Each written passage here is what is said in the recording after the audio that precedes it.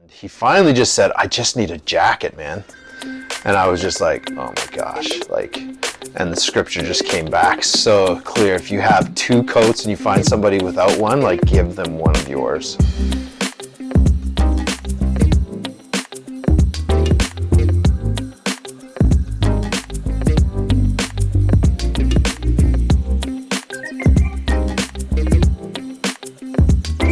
Okay.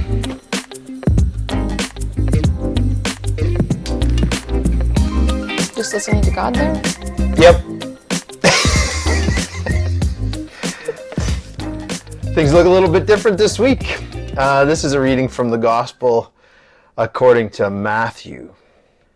Jesus went throughout Galilee, teaching in their synagogues and proclaiming the good news of the kingdom and curing every disease and every sickness among the people. So his fame spread throughout all Syria, and they brought to him all the sick, those who were afflicted with various diseases and pains, demoniacs, epileptics, paralytics. He cured them. And great crowds followed him from Galilee, the Decapolis, Jerusalem, Judea, and from beyond the Jordan. When Jesus saw the crowds, he went up to the mountain, and after he sat down, his disciples came to him.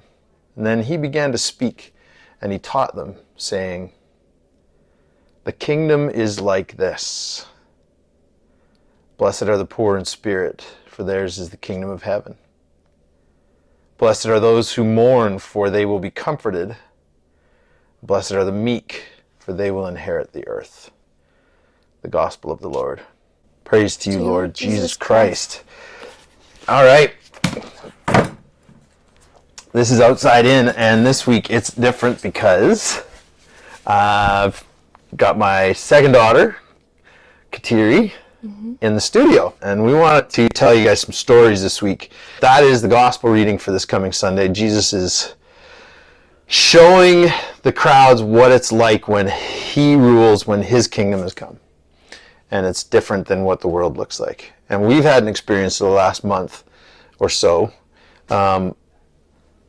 where we saw a very different world, and we're just trying to take Jesus seriously when he said, go and find those people who are poor in spirit, those who are meek, those who are hungry and homeless. And so that's what we've been doing in the last month or so, just started before Christmas. So you fired this up. This is your fault. So you get to start. What was this all about? Why did you do this? What did you do? So I think it was November, Black Friday, and all of my friends were shopping online and catching all the deals. And I honestly don't know where it came from, but I had the thought, I wonder how cheap bulk items are on Amazon. And I love using Amazon. So Dad knows. Excessively. My account. So I go into Amazon and I start searching just bulk winter mitts and bulk toques. And I kind of started to create a quote just out of the blue, and I was like, I wonder how expensive it would be to get homeless people a toque and some thermal socks, and just totally casual thought process. And I quoted out, and it was about $500, and I text you, and I go, is $500 doable to raise? No. And you're like, yeah, we could do that. Talk to my roommate, and she was like, yeah, let's do it. And I was like, okay. And so I kind of just thought about it a little bit more, and added some more items, and actually created a list of things I wanted to include in these winter packages, because in the past, going to MacEwan as my university, I take the LRT frequently, and during the winter months it is freezing cold, and the amount of people that I see in LRT stations and just in that downtown area was all the time. I saw it every day. And so I kind of always I would give granola bars or whatever I could, but I always kind of was searching for potential things I could do. And so this was kind of just that it clicked, and I was like, okay, this is something I can actually do.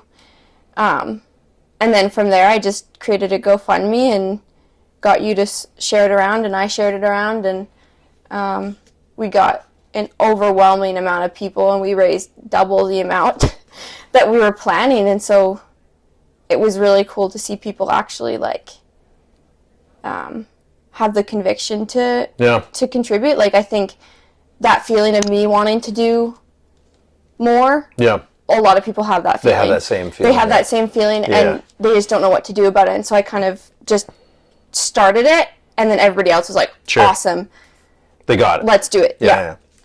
So ultimately, we were creating kits, drawstring bags that had a bunch of items that would serve through the cold of the winter. Yeah, and I talked with my roommate. She's also a nursing student, so both of us have had experiences with the homeless population in the hospital setting. Right. And we've been able to have discussions with them just about what it's like living on the street. And so both of us had a little bit of a better idea of what's actually necessary, like what they need, just through our discussions. And so we kind of created a list together of what should we actually hand out, because I think a lot of people are also confused on, do I give cash, do I give gift card, like, it changes. So we developed kind of the necessary items for winter survival specifically. So toque, mittens, heat warmers, thermal socks. We put in some chocolate bars. Yeah. Because a lot of times they can't afford. Yeah. Christmas treats. Yeah, right. Yeah. Just stuff. Bottle of water. Bottle of water. We put in a toothbrush. Yeah. And toothpaste. Little wet wipes. A comb. Yeah. We put in a comb. Because that was a big thing. Both my roommate Morgan and I have seen the value of small things like a toothbrush and a comb, and just the hope that it can give someone for them to fix their hair. Just a little bit of dignity. Just a little bit of dignity, and it goes so long, like such a long way. And so we wanted to include those smaller things, even though most people don't see them as necessity. Yeah. But they really do help. It's wild what we take for granted. We honestly, like being able to brush your teeth in the morning. Yeah. It's just... It sets you up for the day. It makes you feel like a human. It makes you feel like a human. And if they can feel more like a person. Yeah. That's part of the goal, right? Yeah. Restoring dignity. Yeah. You also did up a card with the numbers and addresses of all the different outreach ministries. Yeah. So we just did a little printed off our own business cards, and it had, unfortunately in Edmonton, there's a lack of available shelters, and they get full very quickly. So a lot of the people on the streets, they know about the places and they still can't reach them.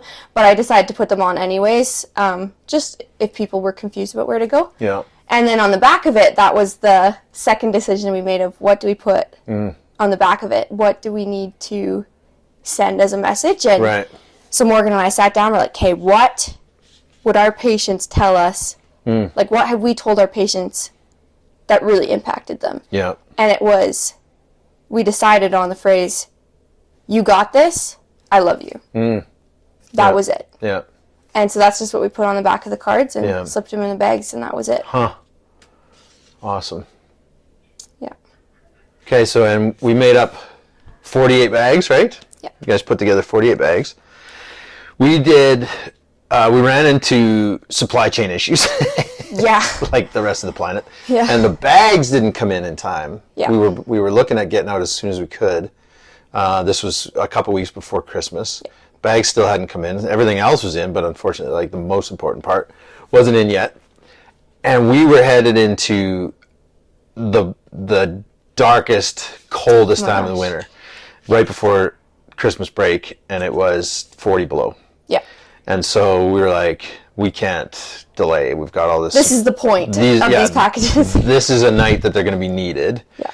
And so we decided we would just go and buy some dollar store reusable shopping bags. And that was the first round. We just filled 20, did what we could. And then we went out for that first that first night. Yep. Just, it was like around the 19th or 20th of December. Yep. It was the heart of darkness. It was super cold. So, we kind of sat like afterwards in the truck after we got done and we debriefed some of this. And so, we just sort of told each other stories, but, we've been out 2 nights and there's stuff that happened each night. So we want to just like share some stories. Yeah. What was that first night like for you? It was a lot of mixed emotions. Because like I said, I take the LRT very frequently. So it felt familiar, yet completely unfamiliar in the same way. Like, I knew the stations, I knew the general layouts, I knew, where I saw people usually hang out. But it was a different feeling going into it, looking for them. Right. Like, we were looking for these people, whereas I think so often in society we have this mindset of ignore, let them do their thing. Go around them. Yeah. Don't make eye contact, or they might talk to you. Yeah, right. Yeah. And I've kind of learned over the years just to give them a smile, and usually they smile back. Like, they're not these scary, they're still people. Yeah. They're people. They're people, believe it or not. And so I was a little bit more comfortable, but even like going into it, I did feel a little nervous. Yeah. And I was kind of just sitting with that as we were driving and like, hey, this might be uncomfortable for me, but that's okay. Yeah. It's okay to be uncomfortable about it and to not know, because it was new. Yeah. It was new to me to actually go and do the ministry that I've thought about so often. Because I've thought about, what if I gave this? What if I gave this? But I never actually did it. So this was kind of the implementation. Yeah. So a lot of conflicting feelings. Yeah. I was very cold. It was so cold, and I had a jacket on and leg warmers, and it was literally -38 in the truck on the truck thermometer, and it was windy. Yeah. And so we were pushing into the -45s. Yeah, it was so cold. And I was dressed like full ranch farm boy cold gear. You weren't quite. I didn't wear my ripped jeans, okay? Yeah, no, you were dressed still for reasonable winter weather, but this was unreasonable winter weather. Yeah. Like, I could feel the cold seeping through in some places, and I was geared. And we walked for like 10 minutes from where we parked the stations, and we were like numb, at least I was, by the time that I got there, like my legs were already tingling. So I just can't imagine like not having gloves and not having anything. I think one of our first encounters was at the McEwen station, and there was a man there, and he did not have shoes. No shoes. He had no shoes. He was putting on a third pair of socks. Yeah. And security had sent somebody to get him a pair of shoes. Yeah. Somewhere. And we approached him with the bag, and we were kind of like, hey, we have a bag with like thermal socks. And the security guard looks at us, and he goes, thank you so much. Like, he looked so grateful that somebody else was helping out, because they were getting him shoes, and so just this team effort of getting this guy through the night and like getting him some shoes. The thing that struck me most for that first night was it felt like, even for us, it just felt dangerous. Not afraid of the people or anything like that, or afraid of, any kind of crime or whatever. It wasn't that. It was a dangerous night because of the cold. And it felt like survival. It did. Like we were watching these people survive. Yeah. And that guy was, that was one of our first stops. We had hit Kingsway, and there was a couple people there at the transit station, but it was not as busy there. And then we had gone down to McEwen, stopped there, and that was when we really started to encounter some of the hard situations. And that guy without shoes was just mind-blowing. Yeah. Something that we put on every day without thinking about it. Yeah. And just imagining like not having something so common. But even basic runners that night were just inadequate. Yeah. And he had nothing. Yeah. So I don't even know what kind of shoes or boots the security was going to be able to get, but it was just deadly to to think about that. So yeah, that was one of our first encounters, but it was, we just had 20 bags, but every one of them felt like just a little lifeline. Yeah. It felt very powerful that night, I think, compared to the second one. The first one where it was really, really cold, it was like these bags felt so much more. They felt like so much more than just dollar store bags. Right, yeah. Like, they genuinely, like, when we handed them out, they looked at them and they were like, this could keep me alive tonight. And it was just like, whoa. Yeah. Yeah. Yeah, so then we carried on from McEwen Station to downtown, and we parked around 109th Street in Jasper, and we worked to Corona, I think is that what it's called? Mm-hmm. And that was kind of the strip that we had done there. And there were people tucked anywhere they could to get warm. God bless Western Union, right on Jasper Ave. They had allowed people to come into the building and stay. That pair was staying just right by the bank machine, right? Yeah, Money Mart or whatever. Yeah, Money Mart, that's right. And I'm just so grateful for businesses like that say, hey, we have a warm place, and we can't let people not have a warm place. So that was amazing. Even seeing the security guard take action was really encouraging to me. Just it felt a little bit more like a community effort. Yeah. And it did feel like a team rescue. It did, right? And that really encouraged me personally, because I think so often I see nobody doing anything, even the security guards in the LRT stations. So then we met Star, and she was alone in one of the tunnels, the subway tunnels, and she was no longer allowed in the shelters because of criminal record. She was contemplating actually getting arrested that night, just so she could have a warm place to stay. But we also noticed frostbite. Yeah, so we approached her, and after we gave her the package, she was extremely grateful, and she goes, this is gonna save me. She said, look at my fingers, and she actually gave me her fingers to look at. And I'm a nursing student, so I've seen a lot. And I've never seen frostbite before. Especially not to this extreme, but her fingernails, without getting too graphic, were raised, and fingers were purple, and you could just see that another night in the cold, and she would start to lose fingers. It was, this isn't just you get a paper cut and you put a Band-Aid on it. These people they're freezing and they're losing fingers, and it's graphic and it's real. And it's a reality for most of them. And it was just a couple days afterwards that we noticed an article CBC had written that last year, so in winter of 21-22, hospitals had recorded more amputations than ever from frostbite, which was not something that I had ever really considered. But as we went around that night and the second night, we saw more missing digits than I would have ever expected. And not just digits, but we saw several hands, several people with the fingers missing. We saw a number of people with, either in wheelchairs or walkers or whatever, but missing, the lower leg or foot. And it's all frostbite amputations. So holy cow, that's a real thing.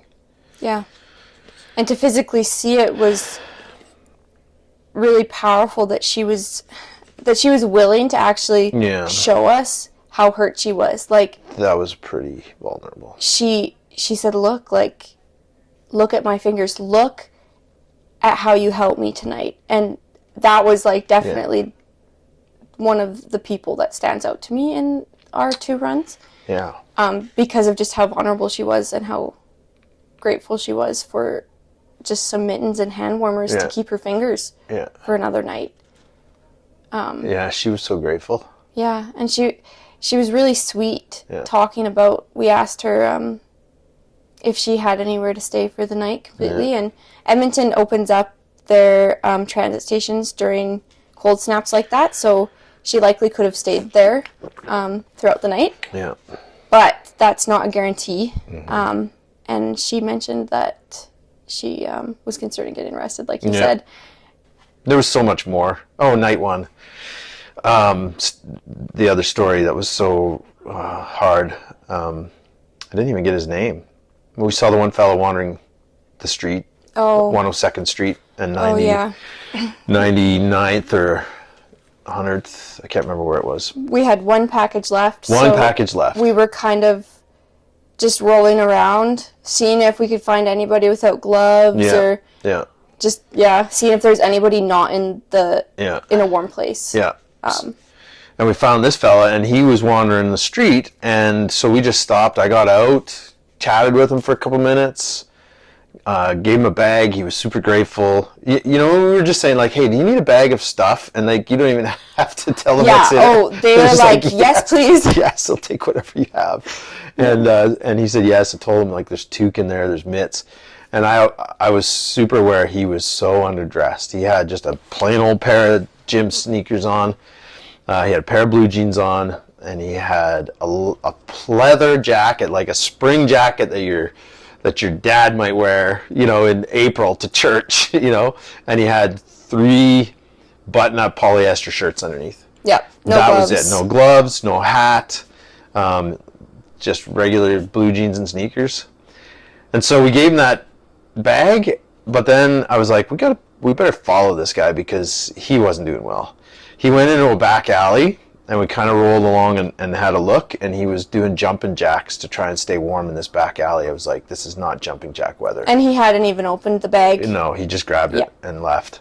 And so we rolled around the block, and we caught up with him again a block over, and I was like, we got to get him into somewhere safe because he's not going to make it. So we were actually looking at calling 911, but then I got out and chatted with him, and I asked him his story. He came from Vancouver. He didn't expect the weather. He was totally underdressed. I don't know his whole story, but he was cut off of the medication that was helping him break his addiction. He was addicted to crystal meth, and he had been cut off of his detox meds. And he was looking for drugs to satisfy his addictions. And I was helping him, trying to get him to the subway tunnels. He had stories too of being kicked out of the shelters. He had nowhere to go, and he finally just said, "I just need a jacket, man." And I was just like, "Oh my gosh!" And the scripture just came back so clear. If you have 2 coats and you find somebody without one, like, give them one of yours. I just buy my jackets at Goodwill. Like, I get 2 $300 jackets for $15. Yeah. I had a really cool jacket on. It was beautiful, like Mountain Equipment Co-op puffy jacket. I really liked it, but I was like, this jacket could literally keep him alive tonight. Yeah. And so I have made the mistake before where I've went away and I was like, oh, I should have, you know, and you second guess and you don't do, and then you I've done that regret, too. right? All the time. Yeah. And so I'm not walking away from this one. So I gave him that jacket because I have a second one at home that's a big down parka with fur trim on it. And I know where I can get more jackets for $10, $15, you know? Yeah. And so I literally helped him put the jacket on. And then he trucked off and headed for the subway tunnel. I was watching in the truck rearview mirror because you had just topped out. Yeah. And I saw you talking to him, and it crossed my mind. I was like, oh, I know what Dad's going to do. And I saw in my rearview mirror you start to take off your jacket, and I just remember being like, yes, let's do it. Like, let's save this guy. Right. And it was really inspiring to me to kind of see you as a role model. Right. And, like, take off your own jacket and just very like, yeah, that's my dad. Like, that's what Jesus would do, and just see it like play out in front of me. Yeah. See, like, that's cool to hear you say it. My role model is Jesus. Yeah. And I'm just trying to do what he would do. But it's a chain reaction. It's a chain reaction, and that's the point. You know, he's like, you're supposed to live the way that I've lived, the way that I've showed you. And then you go out and do it, and then other people see it. And when it actually says, right, it's right in here. So someone will see your good deeds, and they will know your Father in heaven. And I saw that in my rearview mirror. Yeah. And it's not that they'll see your good deeds and praise you for them and say, oh, you guys are doing an amazing thing, right? Like, totally not the point. We need that sticker, I saw Jesus in my rearview mirror. Yes. Oh, good one. A t-shirt drop. I saw Jesus in my rearview mirror, this right? This is your official hint. But so when Jesus says, so they will see your good deeds. Yeah. Because then they'll know God, right? And so they see what we do because we follow Jesus. St. Paul said it too. Follow me as I follow Christ. Yeah. I'm like, okay, I'm in. What does that mean? And in that moment, having that connection with God and having that awareness of, okay, this is the moment that I can actually live it. Yeah. And the ability that you had to recognize it is really powerful. And that's like the importance of keeping in communication with God, because then in those moments, you know what to do. Yeah. And there was no hesitation on your part. You were like, I'm giving my jacket. And I saw it in my rearview mirror, and I was like, this is it. Like, that's what we need to do. Yeah. So that was, and then we got back to the truck after we'd given away we actually went out for something to eat, which is, I get the guilt complex. Like, even like, you know, sitting in this nice studio, sipping on our Starbucks. You know, we went to Barburrito or Mucho Burrito, you know, we got these massive bean burritos, you know, and I'm just like... Full transparency, I cried myself to sleep that night. Because I got into bed and it was so warm and so comfortable. Yeah. My head hit the pillow. Yeah. Tears. Yeah. I was just like, I felt so overwhelmed with the fact that, and it took me 4 hours to de-thaw. My feet were so cold, and I did not care because I was like, at least I have somewhere to go back to. But it was so hard to sleep. Like, I felt so unsettled, is the best way to describe it. Just like my spirit was unsettled with what I had witnessed. And it was hard to kind of surrender that and go to sleep in a warm bed. I remember just sitting in the truck as I was dropping you off and thinking, did we do anything? Because it was such a small pebble in such a big pond, and I was just like, it was hard, it was frustrating, because you wonder if, well, like the fellow that I gave my jacket to, I woke up in the morning like, did he live? Like, did he not make it through the night? And just haunted by that question. Yeah, and you know, as a nurse, that's a huge thing that I've learned, still learning, to deal with, because my job is literally to be in somebody's life for a short period of time, oftentimes a very vulnerable time in their life, and I provide the best care that I can, and I go home, and I need to let it go. Yeah, that's right. Because all of the patients I've had, I don't know where they are. Yeah. I don't know how many of my patients have passed. Mm-hmm. Sometimes I'm lucky enough to hear from other nurses, or I've had patients that have Wikipedia pages, so I can do a little bit of internet snooping and see if they're still around. But kind of keeping the mindset that you stepped in, and that's the important part. Yeah. That you stepped in and you showed them the light for the short period of time that you were able. Yeah. And that is all you can do. Yeah. And you're not expected by anyone to be there the whole step of the way. Yeah. But what you did was you took that step and you gave what you could. Yeah. And so my roommate, I was talking to her about, did I make any impact, like you were saying? And she goes, Kateri, do you ever think that you're going to make an impact? She said, no matter how big you go, I don't think you're ever going to think that it's big enough. Yeah. I was like, that's probably true. Guilty. Yeah. Feeling called out right now. Thanks. Yeah. Thank you. She said, but you don't know the impact that you made. Second night, like, what's a quick summary? Just so we can shorten it up a little bit. But a quick summary of the second night. It was only -7. Yeah. There was a little bit of wind, so it was cool but not deadly. It was bearable. There was people wandering around, like downtown was kind of buzzing. But we encountered, I don't know, 3 times as many people as well. Like we hit the subway tunnels and virtually all the stairwells into the subway tunnels between 109th and 97th Avenue or 97th Street. And so we hit every one of those stairwells, and every one of the stairwells had a group of 2 or more. Yeah. One of them had an individual, but most of them had a group of 2 or more. Yeah. So there's a lot more people out. What else did you notice? What else was going on? They were very grouped. Yeah. So, some larger groups. Like larger 5, groups. 6, so a lot of people sticking together. A lot more drug use. Yeah. The first night, because it was so cold, it was a lot of survival, and so people were just trying to warm up their hands. Subdued, and their drugs were kind of taking second priority. Yeah. Whereas because it was warmer, I think people were more comfortable to use. And so there was I think 90% of the people that we encountered, if not 100%, were. It was almost 100%. It was almost 100% were on something, and there's a number of drugs that are kind of found, but a lot of heroin and crack and that sort of thing. Yeah. But the second night, the first thing they pulled out in the bag was the sugar. Snacks or the water. Water, yeah. Whereas the first night, it was always the hand warmers. Yeah.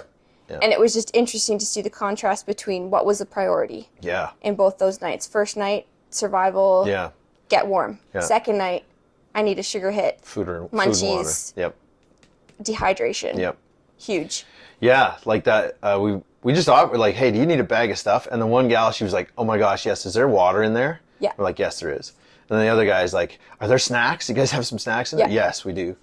You know, one guy asked, do you have orange juice? And we're like, no. But there's chocolate. Yeah. And he was like, really? That brings us to a conversation I got to have with a friend of mine, and we won't name him, but he has been a 27-year veteran of Edmonton Police.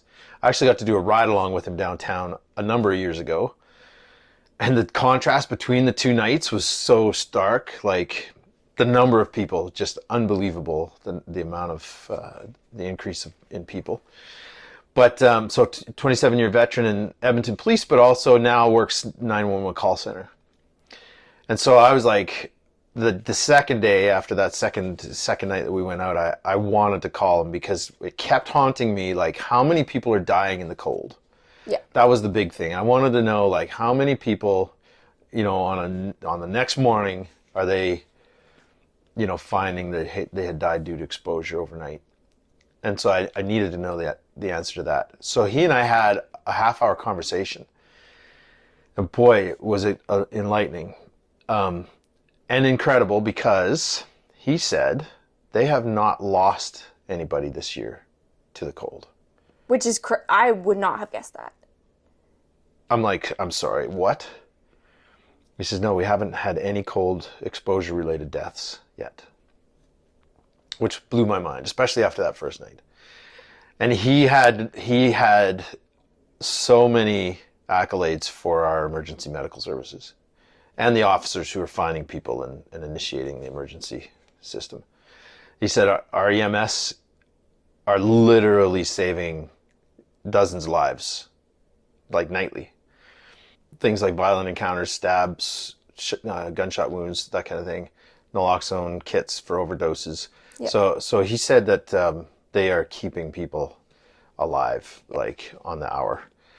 And so that was incredible. And he had said that they didn't have any deaths due to exposure, but they had 4 suicides a night.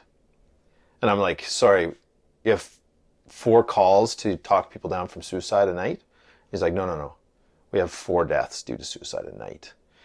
And largely either overdosing, intentional overdoses, or jumping off the bridges. I'm like, holy cow, that's an epidemic. And it's right in our city. Yeah. It's not all of Canada. Yeah. It's not all of Alberta. This is just Edmonton. This is Edmonton. Like, Yeah. these are our neighbors. These are the people that we see Yeah. on the LRT. Mm-hmm. These are people that we see at the grocery store potentially. Yeah. Like, these aren't Yeah, no. random people. Like, these are our neighbors With stories with stories. and personalities and hopes and dreams. 4 people. Yeah. 4 people a night. And so when he said that, I realized the danger is not the cold. The danger is the hopelessness. Yeah. He said you can't measure. He said the impact of just giving somebody a bag of things to help them through the next day, the next night. He said you can't measure the amount of hope and good that does, which was very encouraging to hear, because it, like I said, it was just this tiny pebble in such a huge, huge pond of a problem. And I think both nights you and I both talked in the truck and we're like, did we do anything? Yep. And we were just looking at each other and we're like, Is this even worth it? you know, Did it work? Did it do anything? yeah, exactly. You know, and like, did anybody die anyway? Like, all those different things. Yeah. So he was so quick to stress how important, he said, even the shelters, he said the security, police, fire, medical, all realize how important the work of just little rogue individual groups, how important the work is that they do to help. There's different levels of solving a problem. Yeah. There's an endemic, problematic, systemic problem with homelessness, addiction, mental health, all the interrelated complexities. There's a problem there that has to be solved. There's also first aid. You find somebody, in crisis, you need to give them immediate care, and then the institutional care has to take over. Yeah. You know, and so what we got to realize in chatting with him was we are just administering first aid. And the coolest part too is, I still commuted to McEwen after that. Yeah. And I saw our dollar store bags. Right. On the LRT. Yeah. I saw people that we had given the bags to. I even recognized a couple of them. Yeah. And they still had our bags, still carrying stuff. And it was just kind of that realization for me that, okay, this lasted more than just that night. Yeah. I just don't get to see it. That's right. I think a big question that I have been answering and wrestling with is, do we take Jesus seriously? There's a book by an author named Skye Jitani, and the book's titled What If Jesus Was Serious?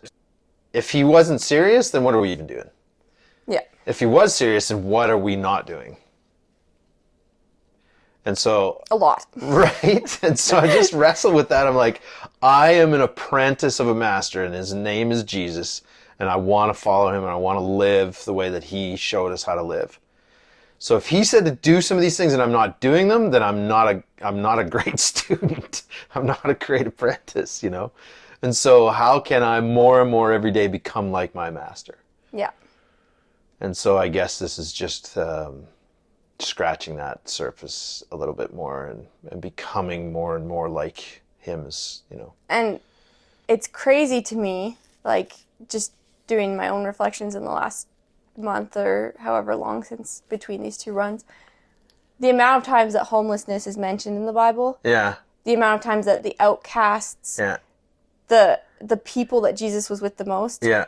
How many times those, like, groups of people were mentioned in the Bible? Yeah. And Jesus was hanging out. Like, I thought about this the other day. If Jesus came right now, we would not find him walking into the doors of a church. Yeah. We would find him walking into the doors of the LRT station. Yeah. Like, I can guarantee you that that's where you'd find him. Yeah, 100%. Why are we not there? Yeah. Don't even start on that one, because right down on Jasper Avenue, that bitter cold night, we got the hall of the basilica and the warm churches, and they're empty. So we throw this big feast on Sundays, and then the rest of the week we have homeless laying on our doorsteps, freezing, and hungry and thirsty. And if we're looking for Jesus, Yeah. like, in the places that we feel comfortable, in the places that are warm, in the places that we have what we need and we take advantage of, we're not going to find him. No. Like, we're not. No. But if we look in the places where there's the brokenhearted and the meek and the weak and the hurt, that's where we're going to find him. And I cannot stress this enough, but I have seen Jesus more in all of the broken people that I have cared for. I've seen Jesus more in those people than I've ever seen in churches or like overwhelming amounts of Jesus in these people. Yeah. So we have one more run to make. Just a few $100s left.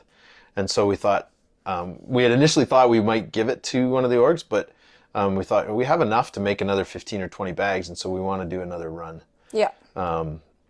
Because it's important to get a good look, like street level look.